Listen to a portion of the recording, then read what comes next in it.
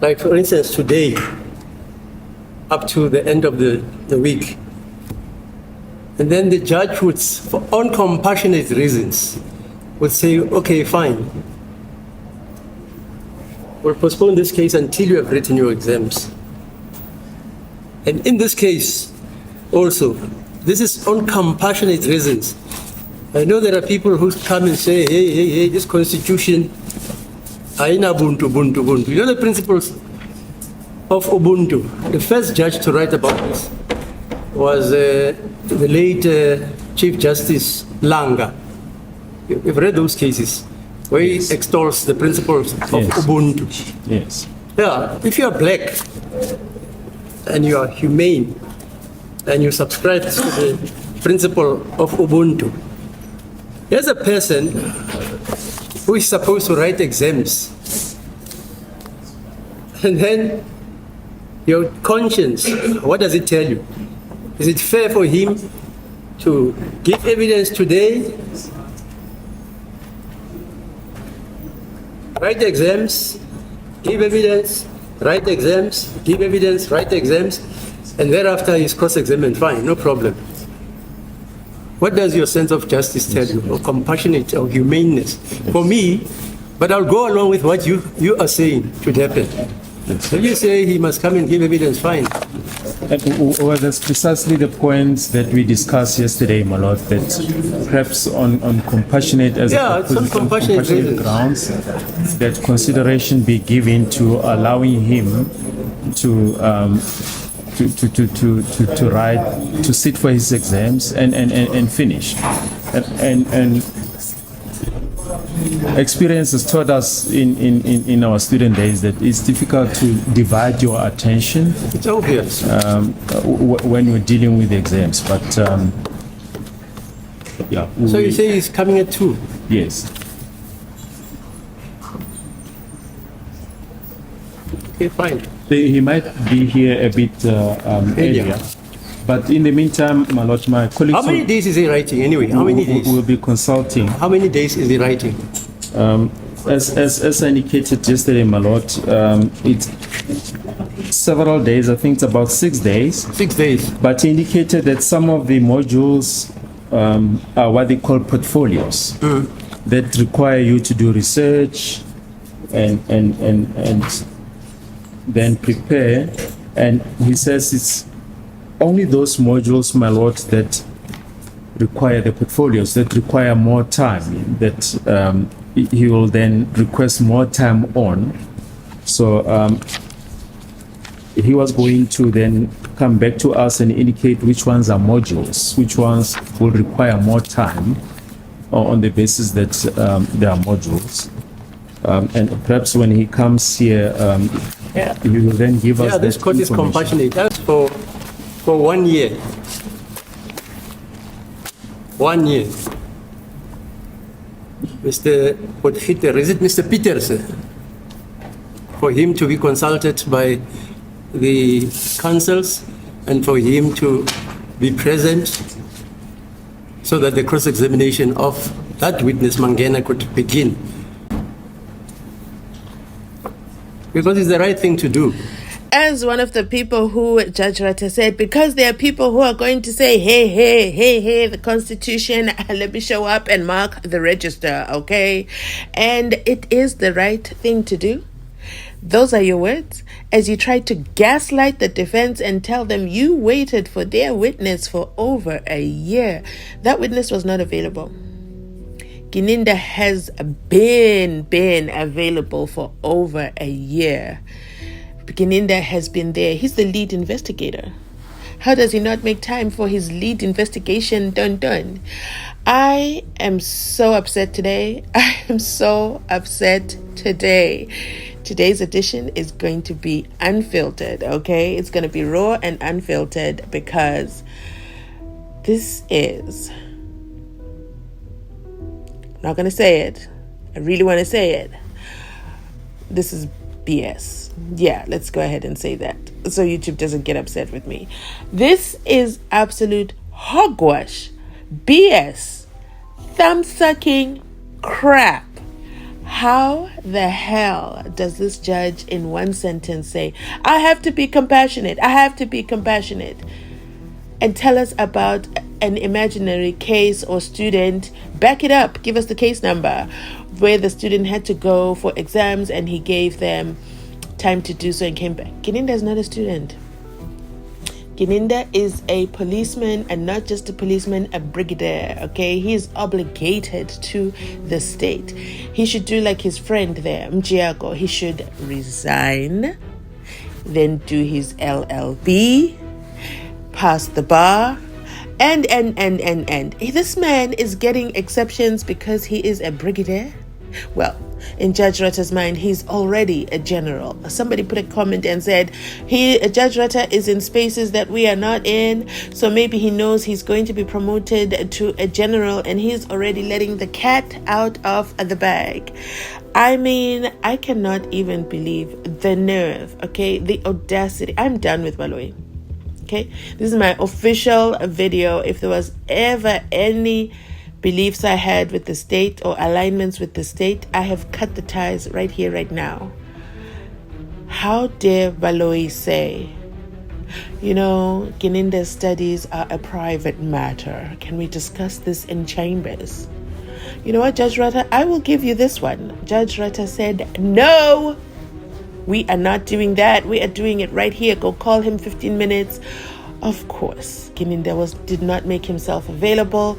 And then, thank goodness for that. Everything in life happens for a reason, okay? Everything happens for a reason. And then the revelation comes out. Revelation comes out that there was a whole phone conversation with Gininda, the defense, and the state. But Baloyi neglects to mention that. Now, in the next clip, I want you to listen to how Mnisi Wemvula, okay, demonstrates a black excellence, speaks from his heart, and tells us some stuff that is so enraging for me, that the state would put the defense in that. Where is Ubuntu? As Judge Ratta is asking the court. You know what? Don't even get me started on Ubuntu, okay? I'll do that in a separate video because I am absolutely disgusted in the entire court proceedings today, from start to finish. Absolute crap. Is this a courtroom?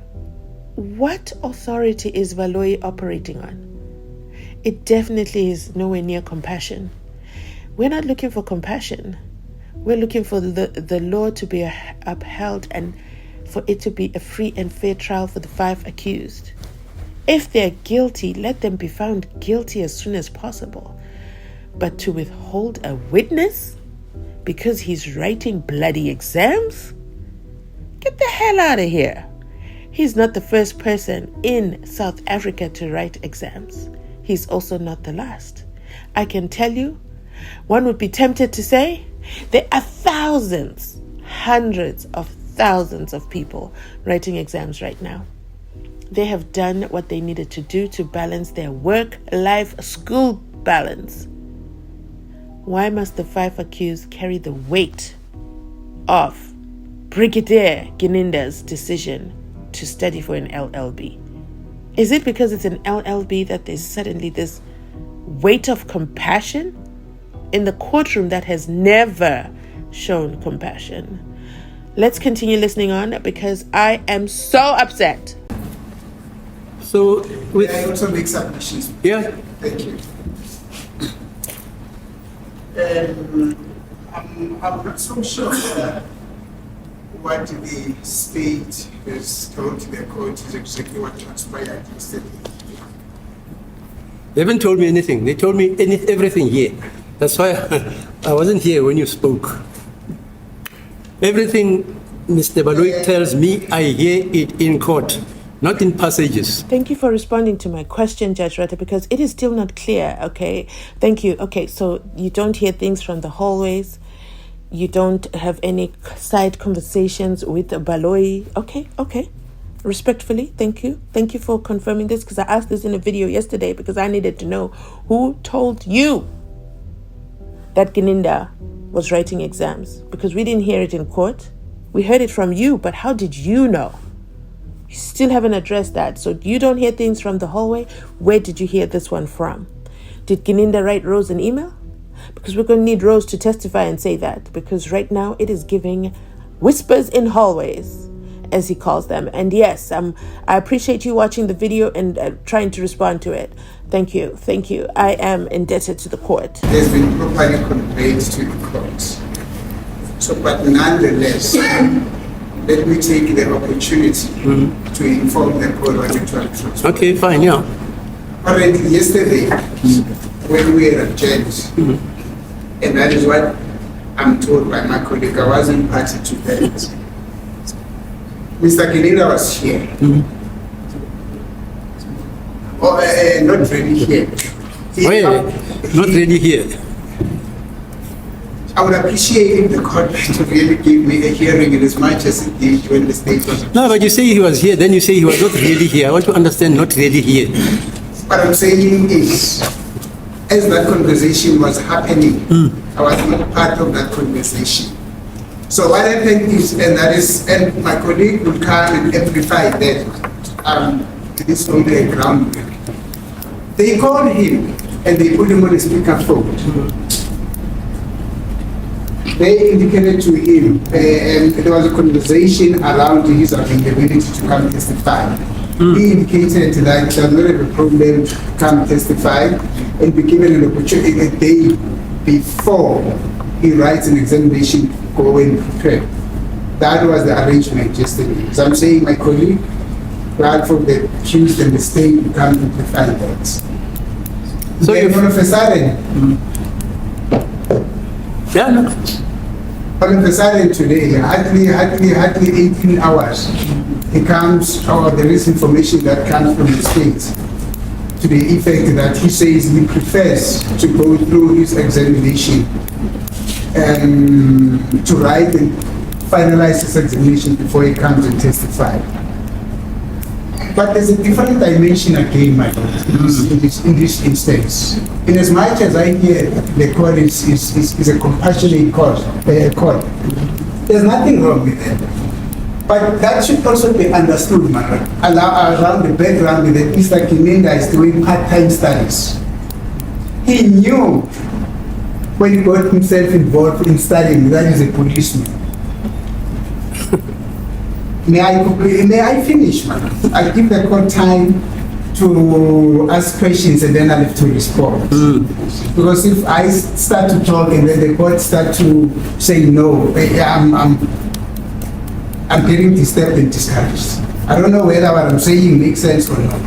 Because if it doesn't make sense, I don't want to waste the court's time. But basically what I'm saying, my lord, is Mr. Gininda knew what he was getting himself to when he decided to go and apply for studies. He knew that he's in a public service. He's a policeman. He knew that there will be instances where he will have to go and write his examination. And the protocol in a public service, a person that is writing examination, my lord, is only is given a day or two to go and prepare his studies, on the understanding that throughout the year he has been preparing for his studies. It is for the first time that I will hear that a person is given almost a month to go write his studies to go and write his examination and be absent from work. Basically what is happening with Mr. Gininda, he is requesting that he should be absent from work. I'm not so sure whether there's an application for a leave of absence that has been lodged with his employer, which is South African Police Services, or he only has got to be absent from court here for purposes of his evidence. I'm not so sure that if that is the case. But nonetheless, my lord, it is not only about Mr. Gininda, it's also about us as well. The court will also understand this. We are running private practices. We have been requested on a number of occasions to postpone our cases that we've been involved or that we are involved in other cases. We have been requested on a number of occasions that we should no longer take other cases that are going to have an effect in this matter. And we have done that. Now, if we are told that we have got to wait, and I've done that. There are cases that I was supposed to be receiving, and I've told attorneys that I am still busy with that case, I'm unable to assist. Can you please put those cases in abeyance? But now, if I'm going to be told that this court is going to be compassionate, and I'm not saying that the court should be compassionate with Mr. Gininda's request, but if compassion is what it's supposed to be, then the court should also understand that that compassion as well should be extended to us as well as we are running our private practices. It is very sad, my lord, that when we requested to shed all the work that we should be attending to and concentrate on this case, but then there's a soul who is given almost a month to go and attend to their own issues. I'm not saying that is wrong, but what I'm saying, my lord, is in that vein, there won't be anything that is going to stop me from actually requesting those attorneys to bring back those cases and then I start to attend to them. If there's one thing I've learned from Mnisi, it is speak and speak up and speak aloud without fear of persecution. Mnisi says, wait a damn minute.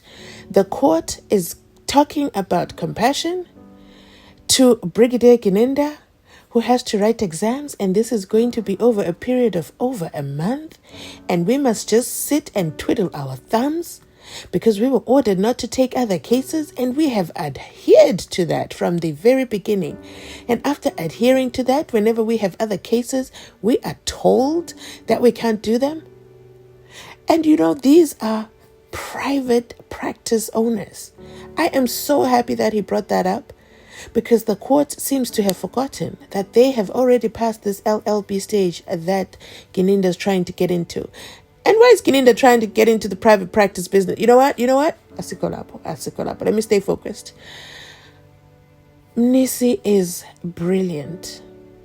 He says, well, if today is Compassionate Day, let me also tell the court that while Gininda is writing his exams and we cannot sit here because Baloyi is disorganized, has no sense of planning, because this is literally what it is. Baloyi thought all along he was being smart by keeping Gininda for last.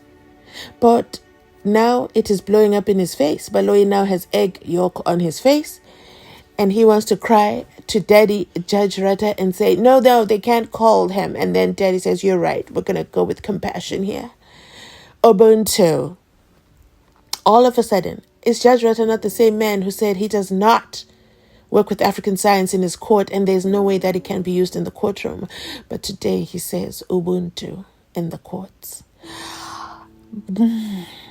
Oh, I am so livid.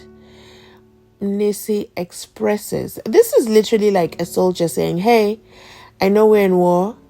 I know I'm obligated to the country. But you know what? I have this personal business that I'm running on the side, and I have exams now. So I really need to take time off. I know we're in the middle of a war, but I need to take time off to deal with my personal matters, because Brigadier Gininda's job does not require him to have an LLB. It does not. That's a personal development, personal preference. Okay? It's got nothing to do with us. But we are not there. Where we are is Mnisi telling the court, shut up and listen. I am fed up with you. You keep interrupting me, making all these chuckling sounds. Wait until I am done, and then you can speak. I will give you an opportunity to speak. Did anybody notice that? Now, Mnisi is standing tall, okay? Literally and physically in front of the judge. And the judge says nothing after that. Brilliant. This is black excellence. Let's continue listening on, because there's still more that Mnisi has to say to this black judge. And when time for me comes for Mr. Gininda to come, and then I come and tell the court that I'm unable to attend because I'm finishing these cases. And I'm not trying to hold this court at ransom. Yeah, okay, fine. That problem. Excuse me, madam. I say no problem. You're not holding me to ransom. Yes. Are you through, sir? I'm not done. Okay, fine. Yes. There's also a question of a timetable. We haven't seen this timetable. Mr. Baloyi was suggesting that we should come and see the court in privacy, but we also need to. It's just a paper that has been cited around here. We don't know whether the information that is contained in that paper is a true reflection of what is happening in that timetable. Okay. Excuse me. There's also, it's a whole of a dynamic thing. It's not only about the word of mouth that comes from the state and requesting on behalf of Mr. Gininda that it should be excused from attending this court for almost a month. Another thing, it is also in the interest of this accused person. They are entitled to a speedy trial. Once Mr. there was no reason for the state at the beginning to have dared to read the testimony of Mr. Gininda. At some point, this case had to be postponed for almost 2 to 3 weeks with no witness that was available. Then the question that begs this court is why at that time could Mr. Gininda not have been called to come and testify? Then the state comes and tells this court that no, they would have wanted him to come and testify because he would have come here to summarize everything. What is that, man? Because basically, there is nothing new that Mr. Gininda would have said then that would be a different thing that is going to say the time when he comes to testify. There's basically nothing wrong. Nothing new. It is therefore, my Lord, very sad, very sad indeed, that we'll have to wait for another 2 to 3 weeks, almost a month. It's actually over a month that Mr. Gininda should come and testify. Because when he comes back, I'm told that he's writing allegedly, because I haven't seen the official timetable. Allegedly, his last day of his examination was on the 26th of November. That is 15 November. 15 November is almost towards the end of the fourth quarter. Okay, that is 25 November, yes. All right. That is basically the end of the fourth quarter. We might as well postpone this case to next year. And if that is going to be the case, my Lord, I'm going to request compassionately so that I be allowed to continue with the work that I've taken back to the attorneys up until such time that I am also ready to come back to court. And most probably that's going to be at the second quarter of the year. Thank you. I thought Mnisi did a phenomenal job when he was cross-examining Captain, I can't recall, Ndini, who has gone back to his job with his tail between his legs. And I hope as he has taken on a new leaf in his job that he is writing down notes, okay? That he is writing down notes in his diary. But you know what? Asikolapo. I thought that was a brilliant cross-examination. I thought that was the best display from Mnisi. No, this is the best display for Mnisi. And now he is no longer representing his client. He's not there trying to cross-examine. He's representing himself because guess what? This whole BS around I am compassionate towards Gininda impacts Mnisi's pocket. And you know what happens when your pocket is impacted? You will speak up and you will speak loud. Kudos to Mnisi for doing that. The holidays are coming up. So imagine all of a sudden Mnisi being out, because we all know legal aid does not pay extra. Legal aid made that very clear with Dave Umlunguwetu, okay? Legal aid said, oh no, we're not paying for that. So, and they were only paying when he's in court and when he's in court for Mnisi purposes. Okay? So if these guys do not come to sit in court, it is clear they are not being paid. But guess who's being paid while he's on leave writing his exams? Gininda. Guess who's being paid? Baloyi. Guess who's being paid? Judge Rata. So do you see how the compassion works? The compassion works where the pockets are lined. There is no compassion ever for the defense. And how dare the judge say he was being compassionate when it came to waiting for Umlungu Wetu. Don't you dare. That had nothing to do with compassion. Umlungu was not available. Legal aid was not legal aiding. There was no compassion there. It was a mute. Okay, it was a stalemate. There was no movement. You could not go forward or backwards. It is what it is. Until you, Mr. Judge, decided to call legal aid, did movement happen. You are the one who waited a year to call legal aid to attention. So please, don't tell us about your compassion, because it's just a display of your hogwash behavior. Oh, I am so upset. Okay, this is out of character for me. Okay, but I'm upset.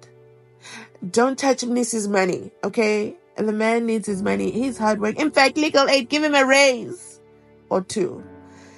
Mnisi has put in the work. He's put in the time. How dare you, Baloyi? How dare you, Baloyi? Oh my goodness. I'm so mad. Let me end it here. Let me end it here because I need to breathe in and out, okay? I need to gather myself for the next one, because in the next one, I'm even more upset. I'm raging. This is crazy. Today's courtroom, if it has not been made absolutely clear that this has nothing to do with the 5 accused, I don't know what else needs to be said. Today's courtroom was a demonstration of just how unfair this court is. And they're putting it on display. Baloyi even attempting to turn the cameras. How dare you? In fact, I want to put an application. Can the cameraman please show Baloyi? Can the court put in it? Not Baloyi, Gininda. We know who Gininda is. Okay, just go with the camera over there the entire time. Take off that ruling about the media. Everybody knows who Gininda is. He's a public servant. Okay, he's got no fear for his life. Okay, no, his life is not in danger. Who would go after Gininda for his life? I mean, let me end it here. Thanks so much for watching. You know the whole rules. I don't even have the energy to do the closing. You know the rules. Do the things. Thanks for watching. Catch you on my next upload.